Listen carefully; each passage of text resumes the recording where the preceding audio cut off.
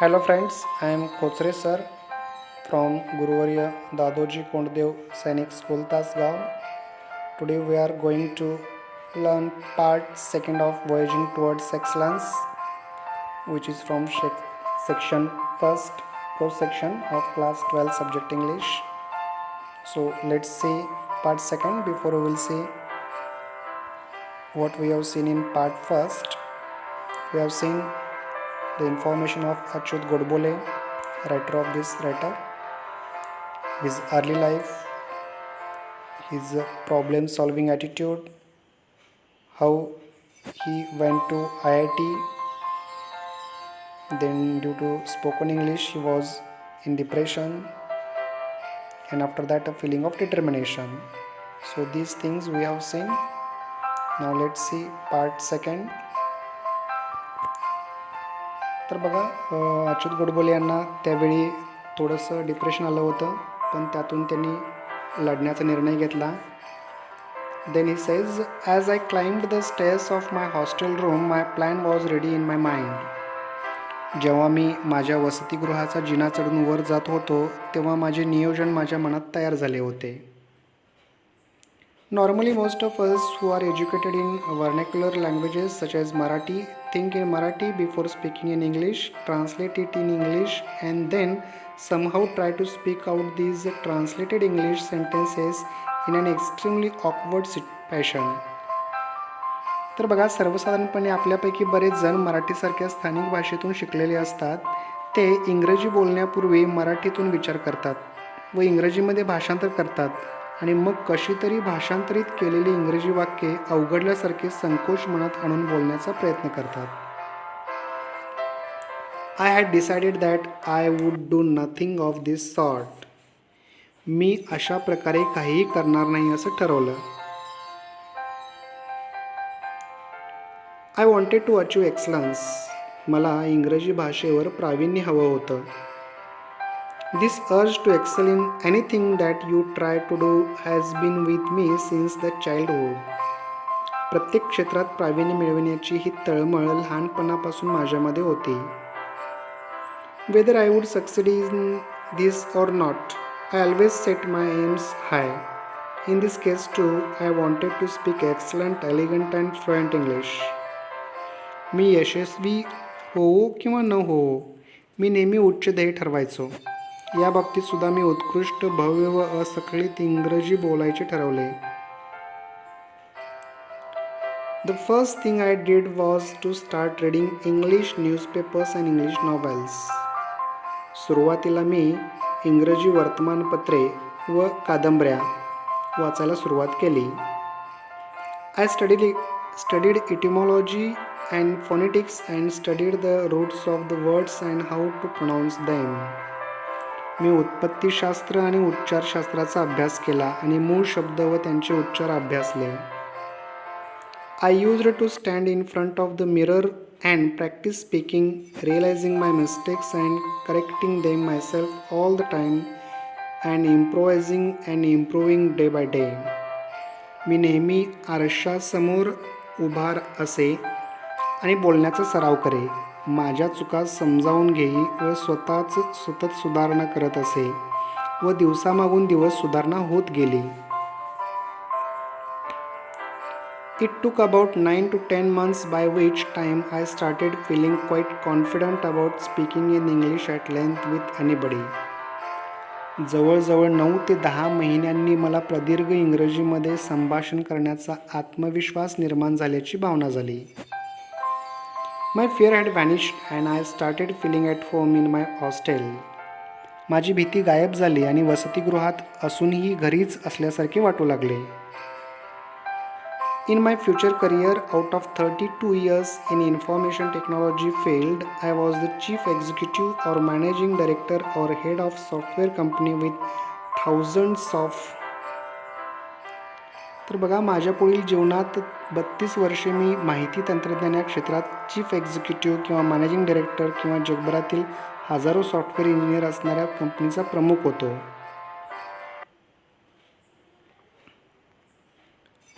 During that period, I had to give several presentations or negotiate many contracts with the CEOs, directors, or VPs in the US, UK, and Australia. त्या कालखंडात मला कित्येक project सादर करावे लागले किंवा अनेक कंपन्यांच्या प्रमुखांबरोबर अनेक निविदाच्या बाबतीत घासाघीस करावी लागली. त्यामध्ये अमेरिका, इंग्लंड व ऑस्ट्रेलियातील डायरेक्टर किंवा VP होते. I was absolutely at ease at that time. त्यांची चर्चा करताना माझ्यावर दडपण नसे किंवा मी सहज चर्चा करत असे. It is only due to the efforts at IIT that I could sign contracts worth millions of dollars worldwide and also run large global software companies. ते केवळ IITमध्ये केलेल्या प्रयत्नामुळे मी लाखो डॉलर किमतीच्या निविदांवर सह्या केल्या आणि आंतरराष्ट्रीय सॉफ्टवेअर कंपनी चालवू शकलो. At IIT, I got fairly good marks in my first 2 years. IITमध्ये पहिल्या 2 वर्षी मला खूप चांगले गुण मिळाले. However, a very important thing happened while I was in my 3rd year. तथापि तिसऱ्या वर्षी अत्यंत महत्त्वाची घटना म्हणजे I came in contact with about 15 to 20 extremely brilliant students, researchers, professors from IIT, TIFR and BRC. तर बघा, त्यामध्ये काय झालं, मी 15 ते 20 अत्यंत बुद्धिमान विद्यार्थी, संशोधक व प्राध्यापक यांच्या सानिध्यात आलो की जे IIT, IFR आणि BRC मधील होते. They included top ranking students from IIT, visiting professors in America universities and a very renowned mathematicians in the world and so on. त्यामध्ये IITतील उच्च दर्जाचे विद्यार्थी, अमेरिकेतील विद्यापीठातील गेस्ट लेक्चरर आणि जगभरातील अत्यंत प्रसिद्ध असणारे गणितज्ञ आणि कितीतरी विद्वान होते. I was instantaneously attracted to this group. मी चटकन त्या विद्वानांच्या ग्रुपकडे आकर्षित झालो. This friendship had a lasting impact on my life. या मैत्रीची जीवनभर टिकणारी छाप माझ्यावर पडली. Until that time I used to consider myself somewhat intelligent. तर बघा, त्यावेळेपर्यंत मला स्वतःला बुद्धिमान समजत होतो. However, after I met my friends in our group, I came to know what real brilliance meant and I realized where I stood. परंतु या विद्वानांचा group भेटल्यानंतर खरी बुद्धिमत्ता काय असते ते मला समजले आणि मी नेमका कोठे आहे हेही समजले. I was actually also very lucky that I came in contact with great people on the global scale early in my life. खरं म्हणजे मी खूपच भाग्यवान, कारण माझ्या जीवनाच्या सुरुवातीलाच जागतिक दर्जाच्या महान लोकांच्या मी सानिध्यात गेलो. Later in my life, when Mr. Narayan Murthy left Patni to start Infosys. He started Infosys and left Patni. I started heading Patni's software division, occupying the same chair. तर बघा, नंतर माझ्या जीवनात जेव्हा श्री नारायण मूर्ती पटनी सोडून इन्फोसिस सुरू करायला गेले, तेव्हा मी पटनी सॉफ्टवेअर विभागाचा प्रमुख म्हणून त्याच खुर्चीत बसलो. My head office was in Cambridge, Massachusetts, USA, very near Boston. माझे मुख्य कार्यालय बोस्टनजवळ अमेरिकेतील मॅसाच्युसेट्स राज्यात केम्ब्रिज या ठिकाणी होते. This is Cambridge University. It was in fact the adjacent building to MIT in America. ती अमेरिकेतील MITच्या जवळच होती. It is MIT. I had to visit the US every few months in those days. मला नेहमी अमेरिकेला जावं लागे.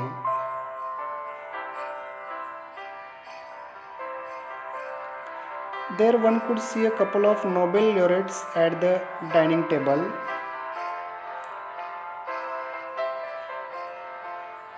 तर बघा, तेथे डायनिंग टेबलवर 2 नोबेल पुरस्कार विजेते दिसत. म्हणजे नोबेल पुरस्कार प्राप्त व्यक्ती त्या ठिकाणी भेटत त्यांना, Nobel laureates. If you walked for an hour from there you could reach Harvard Square near Harvard University. जर तुम्ही तेथून तासभर चालला तर हार्वर्ड विद्यापीठाजवळील हार्वर्ड चौकात पोहोचू शकत होता. So this is Harvard university. I used to visit both of these universities and could talk to a number of Nobel laureates. मी नेहमी या दोन विद्यापीठांना भेट देत असे आणि अनेक नोबेल पुरस्कार प्राप्त व्यक्तींशी चर्चा करत असे. During these years, I traveled a lot to US, Europe, Japan and Australia and could meet a number of great thinkers and management gurus such as Alvin Toffler, Peter Drucker, C.K. Prahlad, Tom Peters, or great technologists such as Vincent Cerf, who designed TCP or IP, which is the basic protocol of internet. तर बघा, या अनेक वर्षात मी America, Europe, Japan आणि Australia या देशात अनेकदा प्रवास केला आणि अनेक महान विचारवंत व मॅनेजमेंट गुरूंना भेटलो.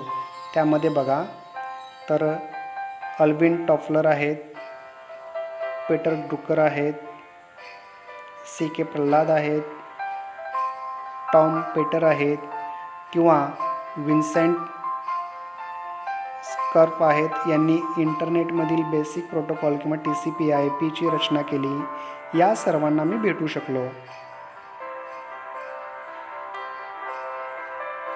All these discussions with these greats broadened my horizon and my aims and worldwide became global.